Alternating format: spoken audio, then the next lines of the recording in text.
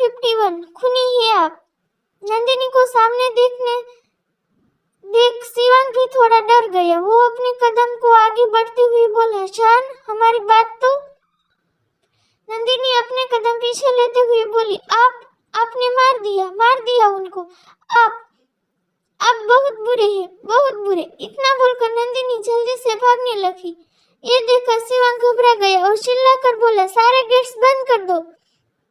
वहीं से कोई दरवाजा न खुल रहा। इतना बोलकर शिवांग जल्दी से नंदिनी के पीछे भागा। इधर नंदिनी गेट तक पहुंची थी, लेकिन गेट बंद हो चुका था। वो दूसरा रास्ता खोजने लगी, लेकिन तभी शिवांग आ गया। नंदिनी की आंखों से आंसू गिर रहे थे। वो कांपते हुए बोली, दूर दूर रहिए मुझसे, आप खूनी है। ये सुनकर शिवांग नंदिनी को समझाते हुए बोला, शान हमारी बात तो सुन लो शान। देखो, नंदिनी अपने कदम पीछे लेते हुए बोली, नहीं मुझे कुछ नहीं सुनना। अब शिवांग इरिटेट हो चुका था। वो आगे आया और नंदिनी को कस के पकड़ लिया और उसे अपने होठों के करीब ले आया और उसके होठों को हल्का सा टच करके बोला, अगर हम गलत हैं तो तुम कहाँ से सही हुई? तुमने भी तो हमें नहीं बताया कि तुम झूठ बोल रही थी। अगर हमें अभिन ने ना बताया होता तब तो हम गुस्से में पता नहीं क्या कर जाते। वो तो उसे लगा कि शायद कुछ गड़बड़ है। नंदिनी शिवांग की पकड़ में कसमसा रही थी। ये देखकर शिवांग ने उसे अपने कंधे पे उठा लिया और अपने रूम में ले आया और फिर बिस्तर पे पटक दिया। नंदिनी के ऊपर झुककर उसकी आंखों में देखते हुए गुस्से में बोला, प्यार करते हैं तुमसे, ऐसा कुछ मत करो कि भूल जाए कि तुम हमारे लिए क्या हो। शिवांग की आंखों में देखकर नंदिनी सहम गई और फिर शिवांग रूम से निकलकर दरवाजा लॉक कर दिया और फिर वहां से निकल गया ताकि वो अपना गुस्सा कंट्रोल कर सके और गुस्से में आकर नंदिनी के साथ और ज्यादा वहशी ना हो जाए। आज शिवांग का यह डेविल रूप देखकर नंदिनी बेहद डर गई थी। वह अपने मन में बड़बड़ाते हुए, क्या आप कभी नहीं सुधर सकते? क्या आप हमेशा ऐसे ही रहेंगे? क्यों आप दूसरों को दर्द नहीं दिखता? दर्द तो दूर, आपको तो किसी का प्यार भी नहीं दिखता। यह कहकर वो बेड पर बैठी और फुट फुट कर रोने लगी। वहीं दूसरी ओर शहर से दूर एक छोटे से घर में कोई इस मोमेंट को सेलिब्रेट कर रहा था। कमरे में दो पुलिस इंस्पेक्टर ने एंट्री ली, जिनमें से एक आदित्य था और दूसरा अभिमन्यु था।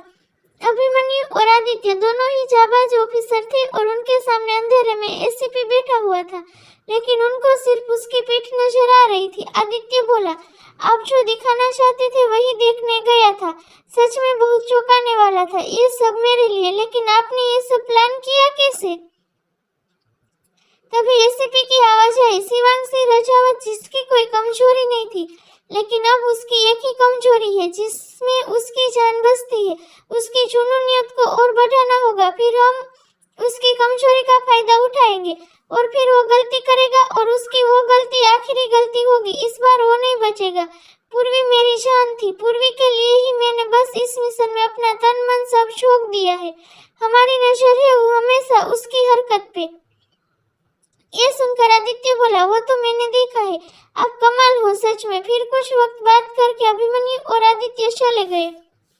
सुबह का वक्त, रजावत पैलेस। नंदिनी अपने रूम में थी कि तभी सुमित्रा जी आई और उसे सरगी देते हुए बोली, बेटा जल्दी से खा लो। नंदिनी बस हाँ में सर हिला दिया। तभी सुमित्रा जी की नजर बिस्तर पे गई जहाँ पे सिर्फ ओम था। ये देखकर सुमित्रा जी कुछ सोचते हुए बोली, शिव कहाँ गया है? ये सुनकर नंदिनी घबरा गई और धीरे से बोली, वो माँ वो कहीं गई है, बता कर नहीं गई। ये सुनकर सुमित्रा जी ने भी ज्यादा ध्यान नहीं दिया और चली गई। नंदिनी ने एक नजर सरगी देखा जिसमें गुलाब जामुन, काजू के लड्डू, कोफ्ते और कड़ी बिचौली। उसे देखकर भी नंदिनी ने उसे हटा दिया और अपने मन में बोली, पता है कहीं पे ड्रिंक कर रहे होंगे गुस्से में। इधर शिवांग सच में अपनी पुरानी हवेली में था और ड्रिंक कर रहा था। तभी भैरव बोला, सरकार मुझे सबको लेकर मॉल जाना है, मालकिन ने बोला है। शिवांग उसे देखकर बोला, तो तुझे रोका किससे है भैरव? जाना, ले जाकर सबको मॉल, और कोई पूछे तो हमारे बारे में मत बताना, खास करके नंदिनी को। ये सुनकर भैरव घबरा के बोला, लेकिन सरकार अब बस कीजिए। ये सुनकर शिवांग ने भैरव का गला कस के पकड़ लिया और बोला, निकल जल्दी, नहीं तो पता नहीं क्या करेंगे। तभी राणा जी ने इशारे में भैरव से कहा कि वो संभाल लेंगे। शिवांग को होश आई। ये देखकर भैरव चला गया और इधर शिवांग ड्रिंक करते हुए बोला, प्यार ही किया है ना राणा जी हमने। सब कहते हैं प्यार खूबसूरत होता है, फिर हमें इतना दर्द क्यों हो रहा है। राणा जी कुछ नहीं बोले। तभी शिवांग फिर से बोला, आपकी बहू रानी क्यों नहीं समझती हमें। जब भी थोड़ा सा करीब जाते हैं प्यार से, वो फिर से दूर चली जाती है।